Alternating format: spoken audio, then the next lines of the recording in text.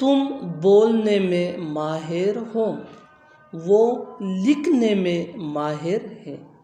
मैं खेलने में माहिर हूँ, वो लोग सीखने में माहिर हैं। इन जुमलों में हम यूज़ कर रहे हैं माहिर।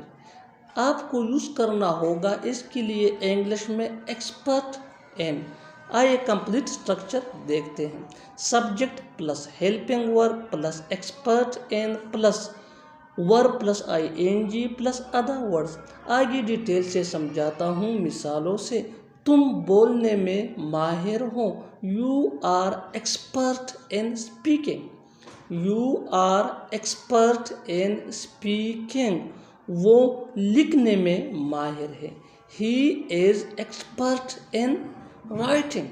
ही इज़ एक्सपर्ट इन राइटिंग। वो लोग सीखने में माहिर है। वो लोग सीखने में माहिर है। They are expert in learning. They are expert in learning. वो खाने में माहिर है। वो खाने में माहिर है। He is expert in eating. और आखिर में ये सेंटेंस आपके लिए कमेंट सेशन में इसका जवाब ज़रूर देना। मैं दौड़ने में माहिर हूँ। मैं दौड़ने में माहिर हूँ। Subscribe English PS for more advance English sentence structure. Thanks man.